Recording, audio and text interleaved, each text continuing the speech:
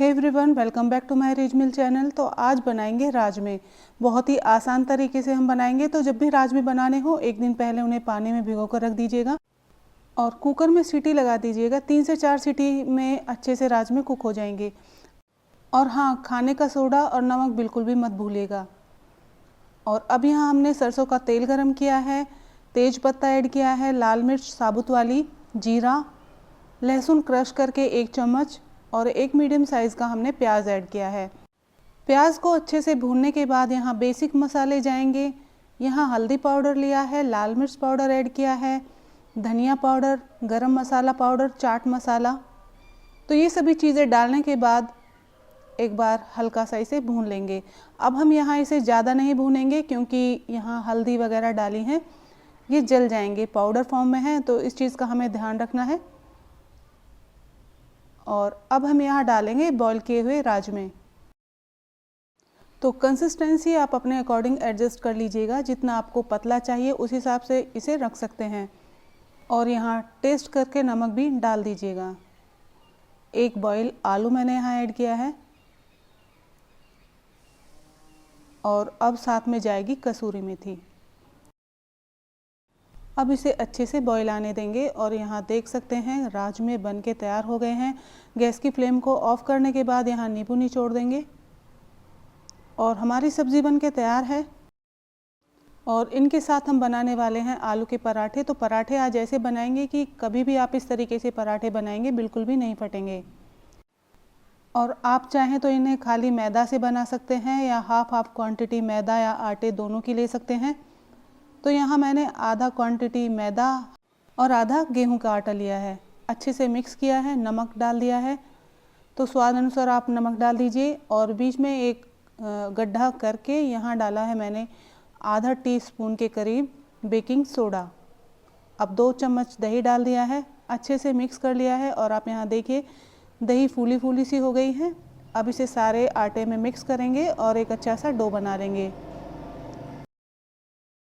तो इस तरीके का डो मैंने बनाया है। स्टिकी स्टिकी सा भी आपको लग रहा होगा, लेकिन जैसे जैसे हम इसे पटकेंगे 10 से 12 बार तो ये हैंडल करने लायक डो बन जाएगा। और अब मैं इसमें ऑयल लगाकर एक बार इसे फिर से मस लूँगी और फिर से ऑयल लगाने के बाद इसे ढक के रख दूँगी।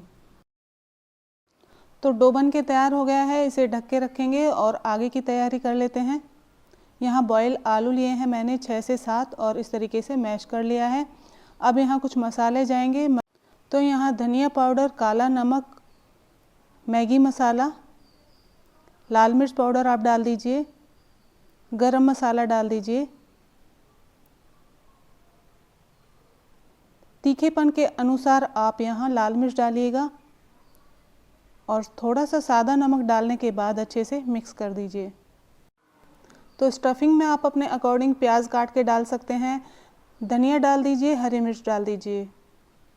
तो स्टफिंग भी बन के तैयार हो गई है। अब हम आटे से छोटी छोटी लोइयाँ बनाएंगे, मतलब कि जितनी रोटी बनाते हैं उतनी लोई हमें लेनी है।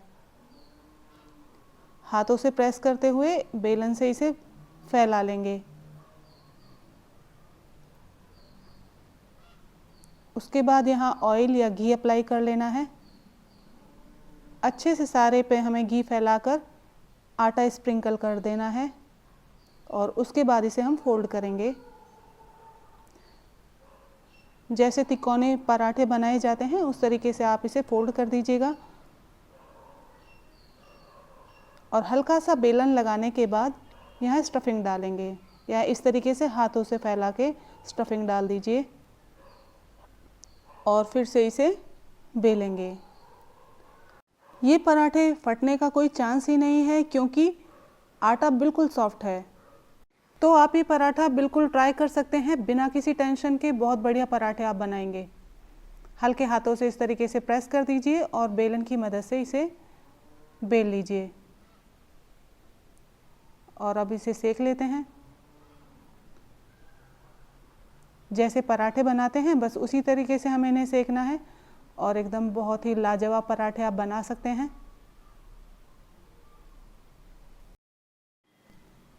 और हाँ, अगर आपको ये वीडियो थोड़ी सी भी पसंद आए तो प्लीज़ लाइक शेयर करना मत भूलिएगा। और चैनल को सब्सक्राइब तो ज़रूर कीजिएगा। और ये लीजिए, पराठा बिल्कुल तैयार हो गया है बनके और कहीं से भी नहीं फटा है। और इसकी आप रंगत देख सकते हैं, देखते ही खाने का मन हो गया है। तो आप भी ये रेसिपी ट्राई कीजिएगा। और आपको किनारे नज़र आ रहे हैं, ये फोल्ड की वजह से हुआ है। तो इस तरीके से आप भी पराठे बनाइए। तो मिलते हैं नेक्स्ट वीडियो में, तब तक के लिए बाय बाय।